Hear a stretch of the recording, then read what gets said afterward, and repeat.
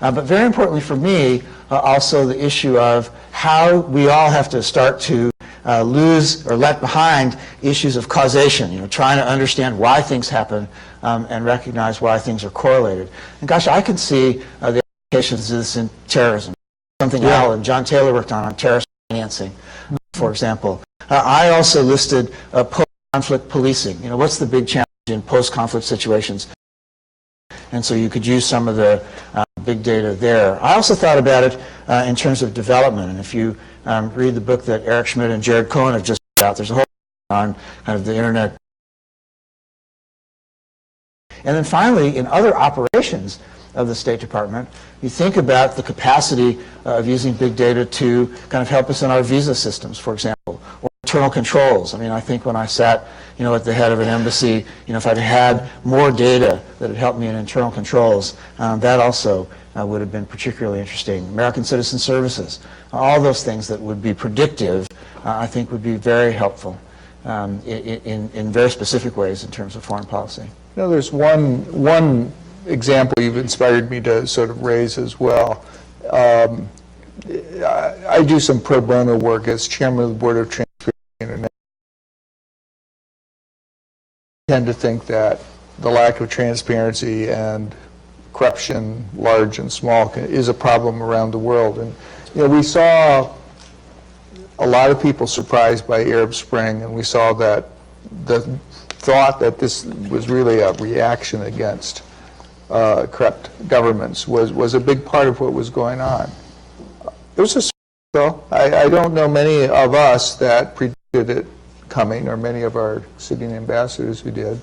And we also know that in China, the one governance issue that the Chinese government seems intent to really being on top of is the allegation of corruption. So it seems really important.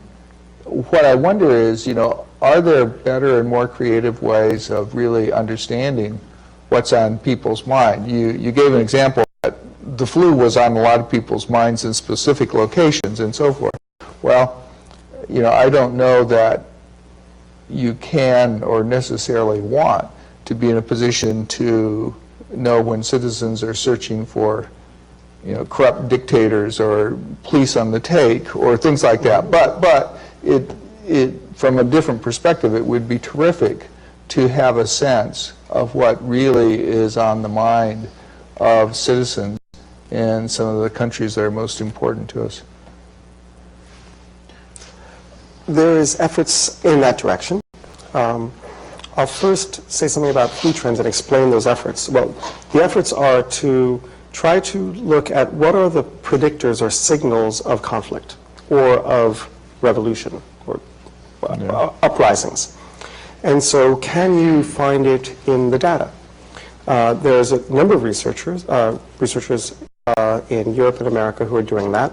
Some of them are being funded by DARPA and others, and they're showing promising results. And to be honest, I haven't actually personally scrutinized it, so I can't attest to if it works or not.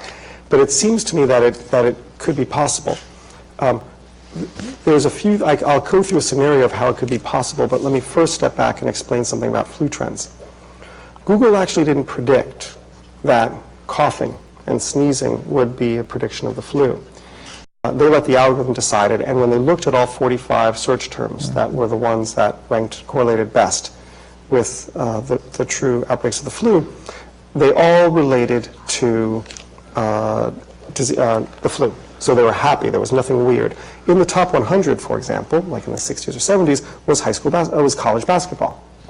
That's kind of natural, right? Because college basketball takes place at the same time as flu season takes place. But keep in mind, this was about number 60 or 70, and they had only 45 terms, because when they added more terms that had a correlation, but a weaker correlation, it didn't improve the model deteriorated. So Google, as the master said, Master Grossman, this is about correlation, not causation. We reach for a causal link that someone who has a sore throat is going to search for cough medicine, and that's going to pop up in Google. We think that it's searching for. It could be that they heard sniffles in the cubicle. down the hall. And so, and they searched it, and therefore they themselves aren't ill. Okay, an important issue. So what could these predictors, these sort of correlative predictors where we have the presumptions of what it might be? It could be something that we might imagine over time. So we could imagine economic data and the economy deteriorating, right? As things get worse, people get more upset.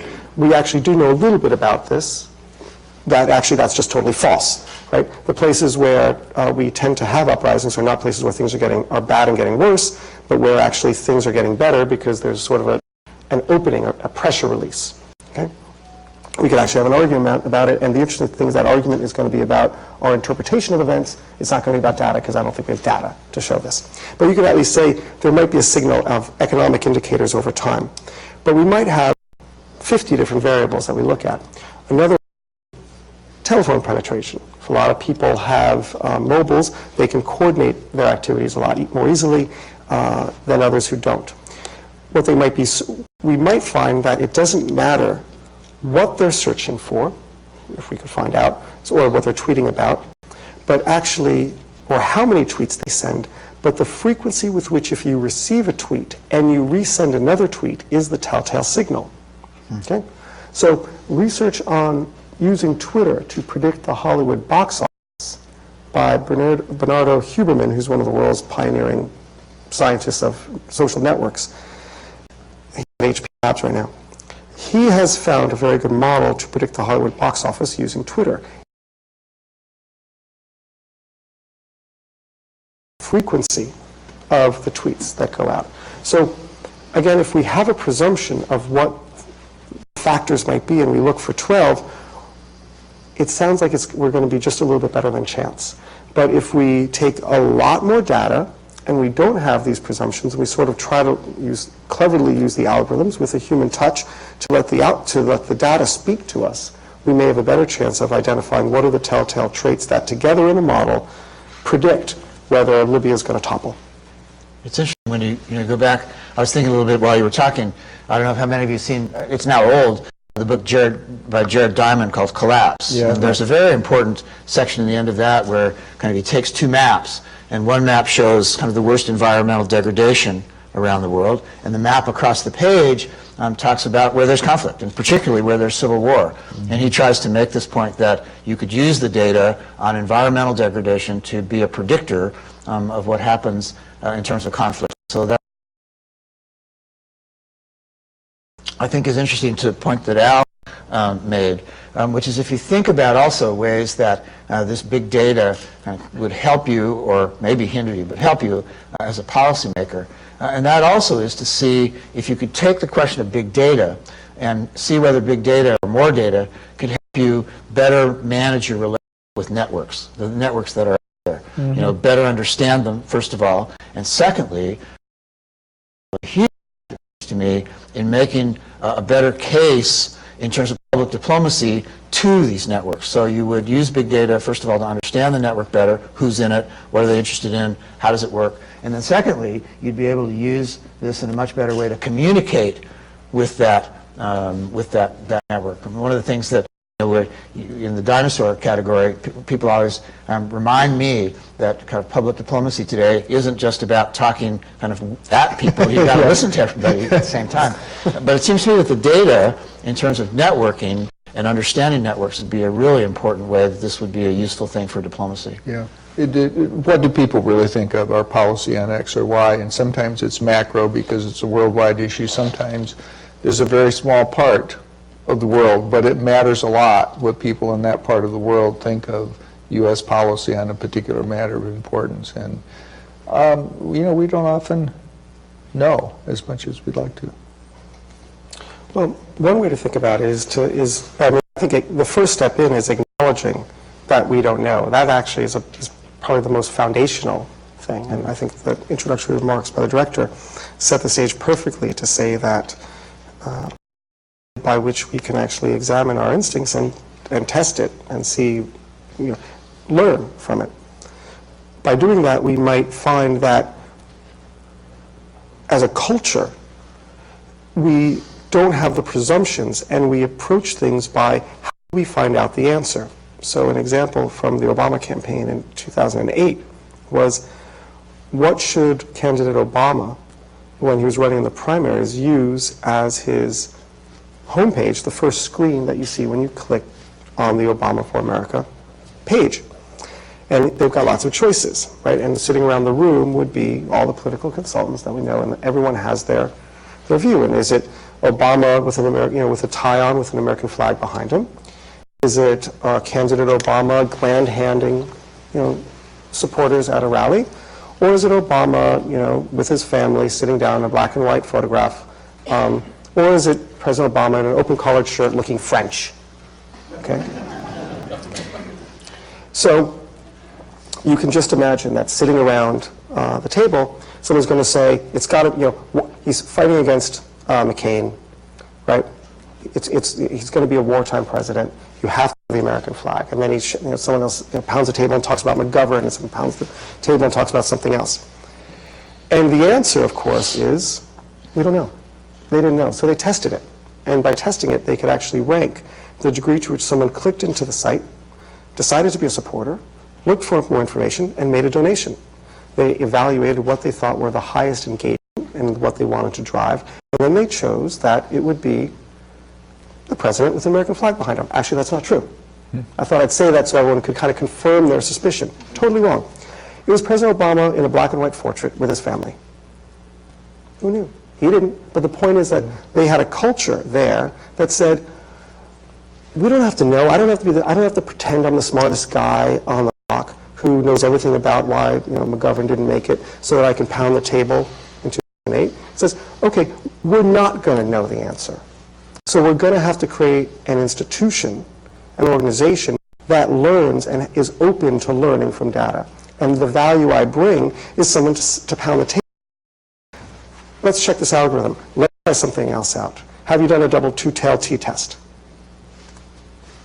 What have you, in your speaking and meeting people on this topic, have you detected that there is fear of the United States as being the potential monopolist or superpower of big data? I mean, we're talking about using data more effectively in diplomacy, and one of the things we've got to be very conscious of is making sure it helps build trust and helps understand cultures rather than helps create concern. And you talked a bit about some really important issues, I think. Who actually owns the data? Who is generating the data? Data that people thought was theirs and sort of in the private domain somehow filtering in. Do you think that there's a risk, or do you think that there are things that need to be thought about to keep any risk from materializing in the minds of people around the world that big data is not just the next oil, but the next weapon that the United States can use to their disadvantage? Great question. I think for the moment right now, it's still too early for that backlash to happen. It will come, but for the moment, people are just getting accustomed to what it is. And when they see big data and they think of it in terms of America, they think of it in terms of Amazon.com.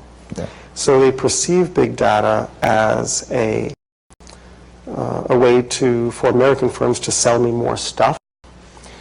And that has small problems, but not big problems. There is then the perception that big data is being used to violate my privacy. So what we've seen with Google in Europe, the problems that they have there. And there, I think it shows the immaturity of the debate, the juvenility of the people doing the debating, and the the luxury of the 21st century of a generation of leaders that don't know bad things in the world. What I mean by that is this is a tool that can actually be very problematic. And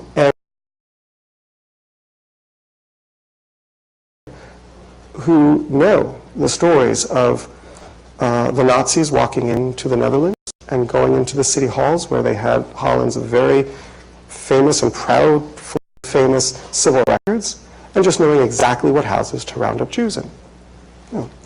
They know that people literally right outside this door do know the abuse of big data in our own country. When the Census Bureau gave the Solicitor General the block addresses, not the names and the actual addresses, but the block addresses of Japanese Americans in Washington, D.C. And said, and under the fiction that it wasn't disclosing who the people were, but of course you could use it to round them up in a second. And we did, and we interred them. And then we know that the original tattoo of concentration camp prisoners corresponded to the Hollerith machines from IBM. That the punch card system actually abetted the final solution. This is impolite talk in polite company.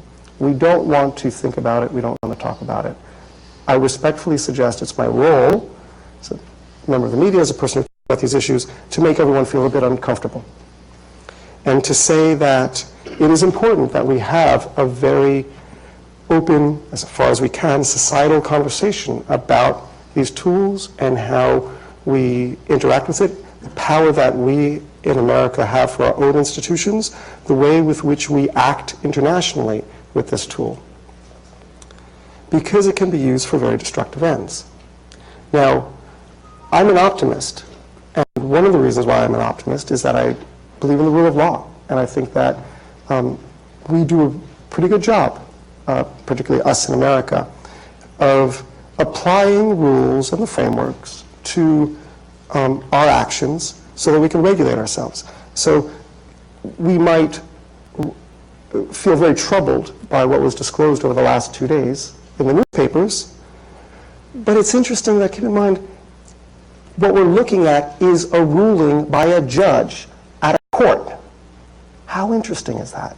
That even if reasonable people can disagree whether this is an appropriate use of law enforcement access, or actually intelligence community access of the information, it was under the framework of law. Now, we could also debate whether it has meaningful law, if it's simply a rubber stamp and it's renewed every 3 months. Let's have that debate. That's what I want to suggest. That reasonable people need to sit around and talk about this openly as much as they can, but have that debate. Around the world, the best thing that we can do in America in applying big data is to show the world that we can have that debate, and to be a beacon that we are trying to find a timeless balance of how we govern, how the guardians guard the guardians. But could I press you on that? Yeah, Because sure. It's one of the things I was really interested in reading what you've written, which is that one of the things that you've argued is that you need to kind of leave behind, that's my words, not yours, but to leave behind this kind of need that we all have to understand the cause of things. And one of the things that I thought about myself was, if I look around this room, certainly I think about myself, one of the things that's true about diplomats is we want to know what the cause of things is. There's an inherent desire for us to understand why things happen. And what I'd like to know, hear a little bit more about, is if you leave behind this desire to know the cause of things and are prepared to kind of accept, it seems to me you end up pretty quickly in the trap of where the big data questions are to the negatives. Right? Because you say, well, it doesn't matter about the cause. It only matters about the correlation. And as I was reading and thinking about this panel, I went back to an article that Malcolm Gladwell wrote in 2010 about criticism of social media. And I don't say it's the same thing, but he talks about what, social media is great, but social media, as he described it, leads to weak ties, strong ties. And that activism, that action, that taking action requires a strong tie between people. And he was worried that you wouldn't get so much activism, you wouldn't get so much kind of pursuit of values of the rule of law in weak tie connections. And I find diplomacy, first of all, interested in causes. Secondly, diplomacy is a strong tie profession. And I worry a little bit about how you kind of say at the end of the article, well, we got to keep having the human touch. Values are really important, but leave causation behind. Yeah, that's a good point. It's not mutually exclusive. we can leave causation behind in understanding the direction of things, of where to go. So, for example, if we wanted to know where do healthcare authorities put their efforts to stop the seasonal flu, we're going to maybe use Google Trends, and it might not be a signal. Well, it might not be the people who are searching themselves are sick, right? That would be the causal mechanism. We don't know they're searching. What we do know is that it just works, that knowing what, not why, is good enough in some instances. Now, is it going to be good enough if it's a drug that could actually potentially be lethal? Maybe not, but it would be good enough to show us the direction of, well, what are the promising drug targets to use that we can then apply causal studies. So I don't think that we need to throw out this aspiration to understand the causes of things, but we need to be we need to check our intellectual vainglory in recognizing that very often we believe that we see a causal mechanism when it doesn't really exist. We know from behavioral psychology and behavioral economics that we are actually hardwired into seeing causes where they don't exist. And everyone with a wit can just understand where medical science is today and look at the history and see that we render obsolete 50% of our treatments and our drugs and what we do roughly every 50 years because we learn more and find out things that and knowable, like you prevent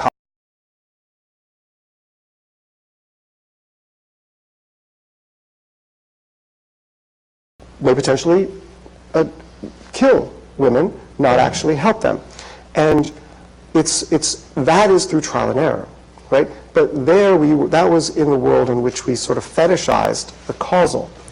Here, I think that we can use this as a tool, but it doesn't mean it doesn't mean that we completely strangle causality. It's just that correlation helps us.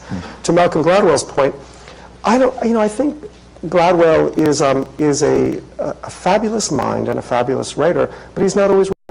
And in this particular instance, how interesting that he should be so wrong. I mean, I think the view of the role of social media and politics was best articulated by Clay Shirky in his Foreign Affairs article, cover story, brilliantly timed, of course, that because the Arab Spring came immediately after his winter article. And the point there is that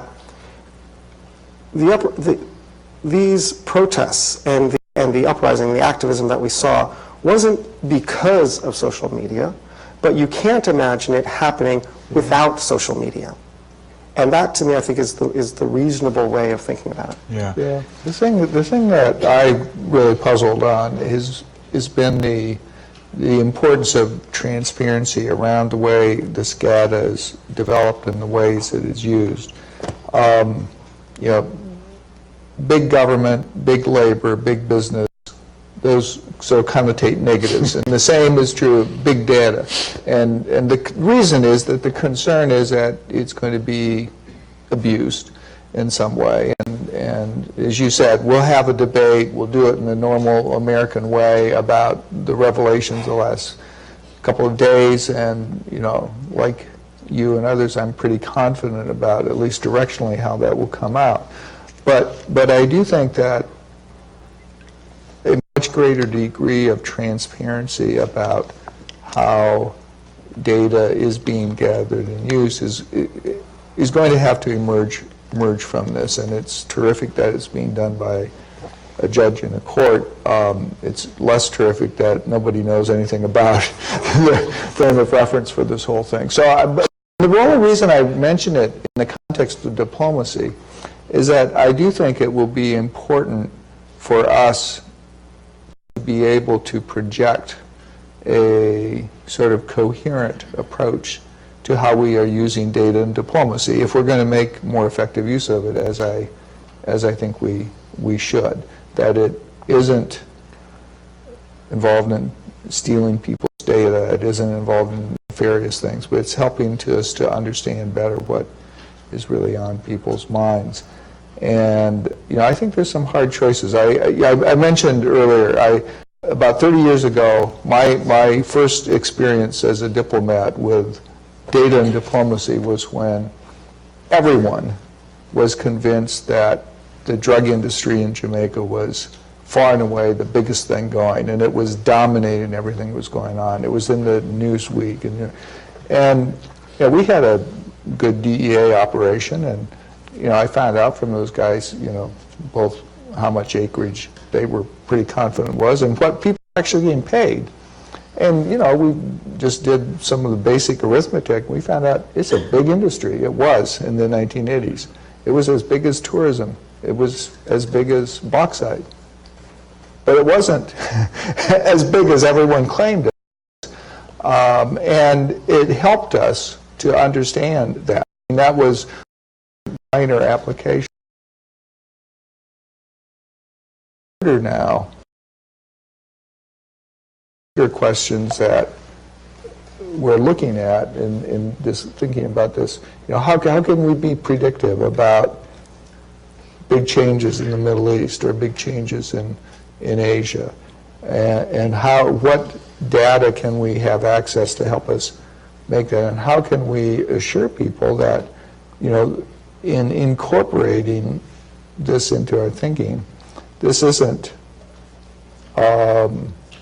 simply a matter of information wars, information espionage, and something that's going to become a new battleground for the future. But I think it goes back to the point that Ken made about the fundamentals of the rule of law, for example. Yeah. But it's the fundamentals of the rule of law, the sanctity of the individual, sort of how you organize the society. And those of you who read it, there's a wonderful little vignette at the end of the piece in Foreign Affairs where Ken says, that if Henry Ford would have run a big data test on consumers at the time he was getting ready to make a car, the data would have said, make a faster horse. And that's right.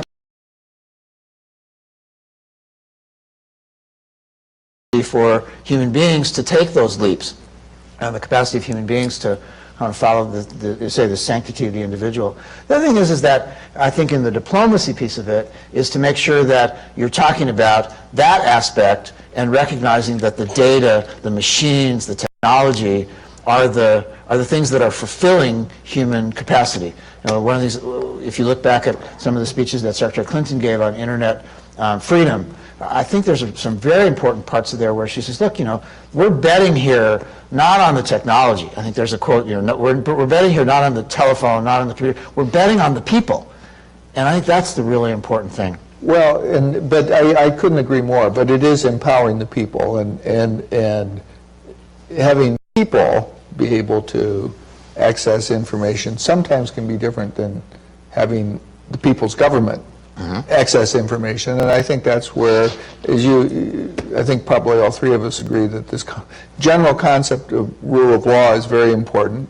The granularity of that is going to be very complicated, but we've got to really stick with that. Okay. Great. Do we have any questions?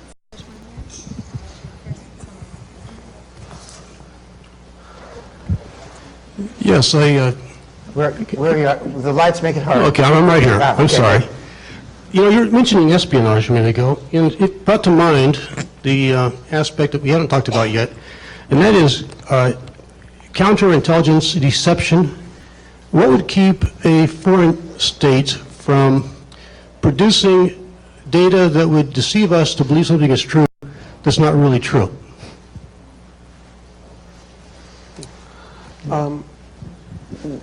That's nothing, frankly. We just have to be wise to spot it. We know from, I want to say, the Falwell dossier that we did a very good job of shipping microprocessors to the Soviet Union that then blew up an oil line through sort of a deception, them thinking that they were actually breaking an embargo and actually collecting the chips that had sort of malicious code in it. So there's Reagan era. So nothing would, but the interesting thing is the movement towards open data, and if you will, and corroborational or proxy data. So open data is the idea that we take data sets that are perhaps created by the public sector and we make it openly available in machine-readable format. President Obama, about 3 weeks ago, issued an executive order ordering the federal agencies to do this that built on his earlier memorandum of 2008. So lots of countries are providing open data sets, we would be wise to realize that many countries may be making it public, but putting in noise in it. So we'd have to be aware of it. Proxy data, if you will, is looking at information that gets us the answer that we want, but isn't from an official source. So if you pick up a copy of The Economist and you look at the very last page, you'll see what we have is our indicators, and you'll see we have the inflation rate for about 30 countries in the world. Our inflation rate for Argentina has an asterisk. And if you read down, you see the rate. And the reason why is the entire table is set from the national statistical offices. But we have done an analysis, and we have for many years, and we can say with great certainty, so much certainty that we publicly disclose that the Argentinian authorities are misrepresenting what the inflation rate is. It has no correspondence to truly prices. And we use a different mechanism, a company called Price Stats, which came out of two MIT economists. And what they do is they look at millions of products around the world every day, and they create an inflation rate that is different than what the governments say. Now, in some ways, they're doing just flu trends, but for prices. And it's just simply beating the time lag. So in America, we do a great job of this. Everyone's going to argue it, but we've got public arguments. That's fine. But in Argentina, it's just so off that it's clearly misleading, and so we publish the rate, the Price Stats rate, and not Argentinian government's rate. And we write articles about once a year reminding readers that there's rot at the Argentinian Statistical Office. I think that more and more we're going to find, I guess among diplomats, maybe I'm not supposed to say that, I apologize. You said it. Yeah, luckily you're the folks who are supposed to be diplomatic. I can be polite. So too, I think that more and more wise foreign service officers and wise officials will find data that is a proxy, that it gets to what we want to know, but it's through an indirect means as a way to corroborate the official sources, and we'll have a degree of suspicion on what the official source is, rather than take it for face value, just in the same way as when you talk to your homologs in other countries, you don't presume that they're being honest, you test what they're saying with what you know. When I was in Zaire a long time ago, we started going to the marketplace and we had a market basket of 10 or 12 things.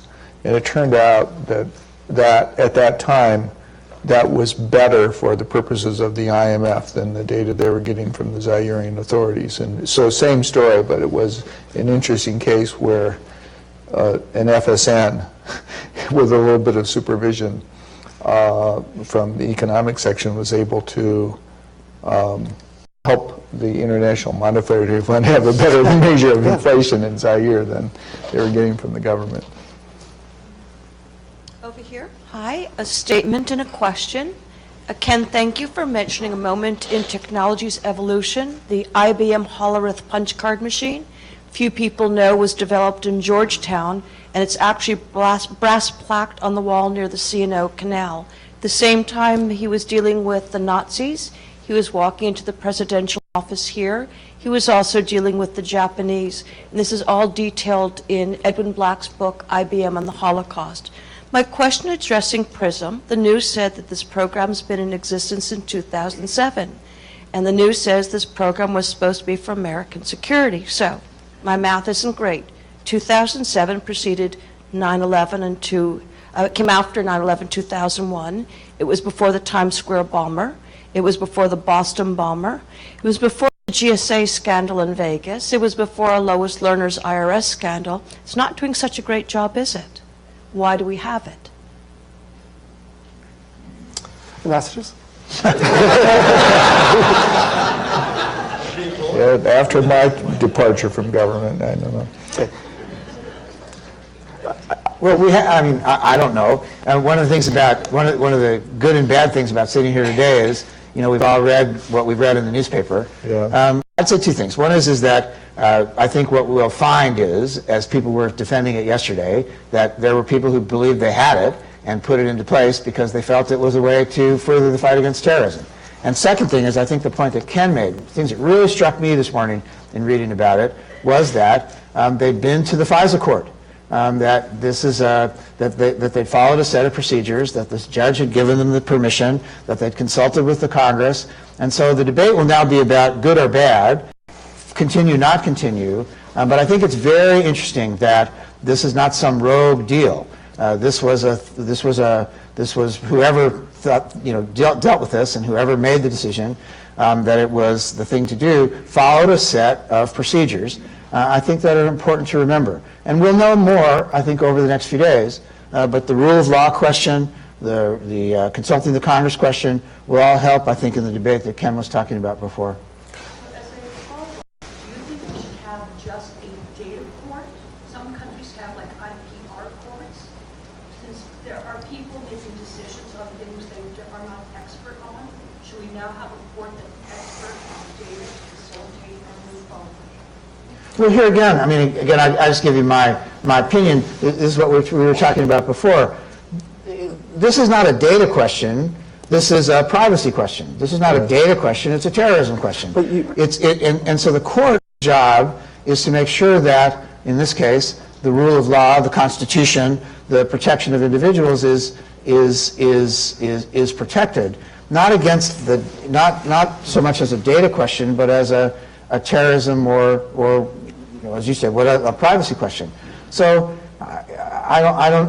so far it seems to me in reading about this that the procedure that's established is the procedure that got followed and is useful. Now it may be that the debate that follows on here in the next few months will say, different kind of court, different set of issues. But I think it's important to go back to the point that Ken made, which is so far what we know about this is a set of procedures got followed, and that's right and good. Yeah, I'd just add one or 2 points. I agree with everything Marc said. I think, look, we're 1 day or 2 days, so it's none of us, I think, are going to try to be overly prescriptive in a response where the information is still coming out. I think I would find it easy to believe that as this debate goes forward, there may be discussions that will adjust the balance between transparency and necessary secrecy, that will look carefully at the checks and balances that have been built into the system. As Marc said, there were checks and balances built into it. There'll probably be a closer examination of those, and those may be adjusted as well. You raised the question of was it effective? I don't think it was ever projected as a fail-safe, automatic, guaranteed mechanism, but I'm sure there'll be examination of that question as well. Was it effective?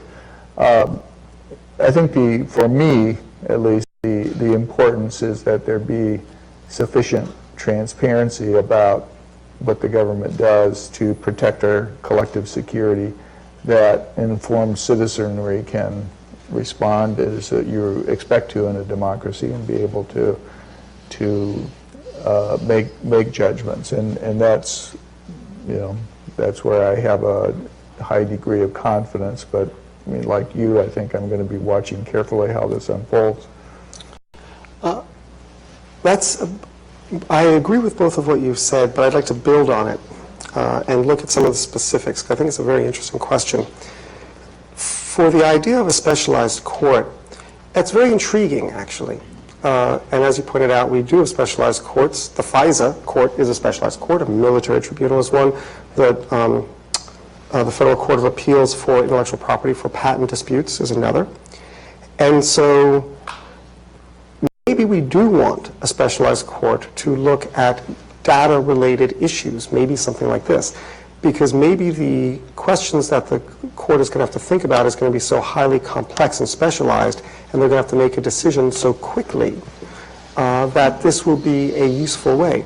So while we have to separate two things that we know that are actually very different.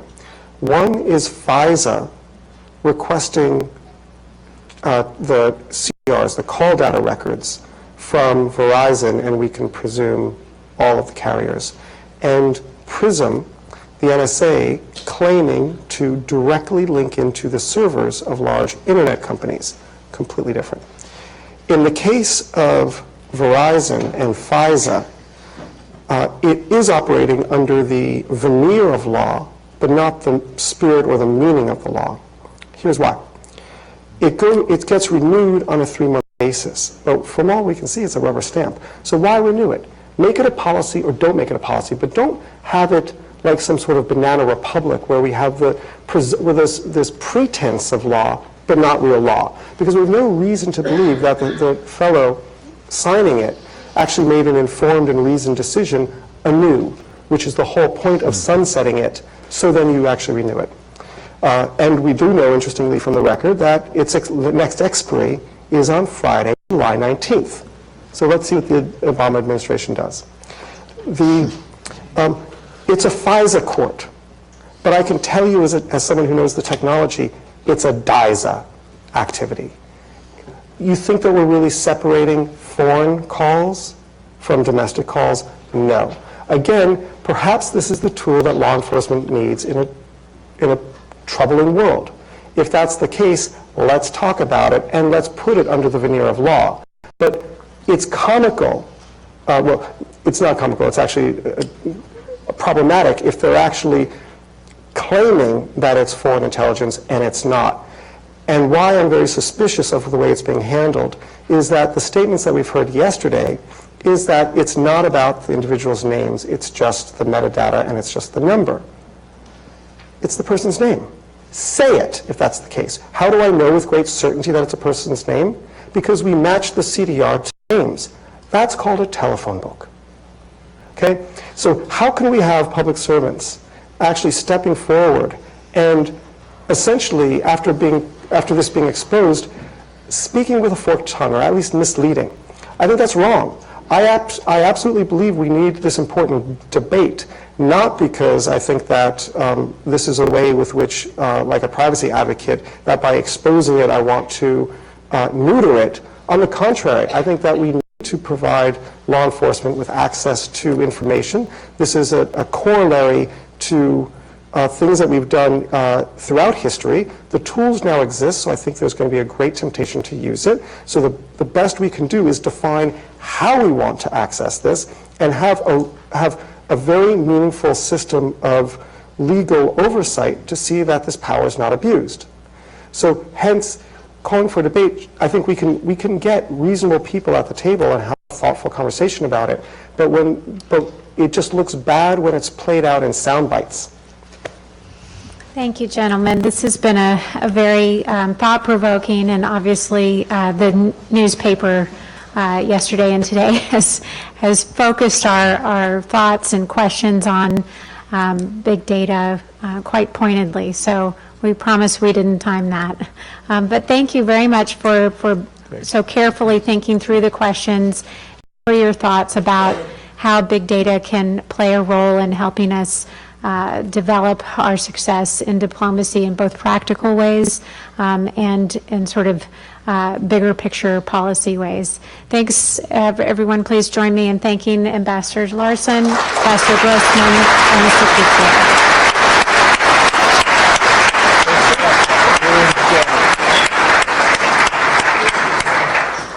Thank you so much.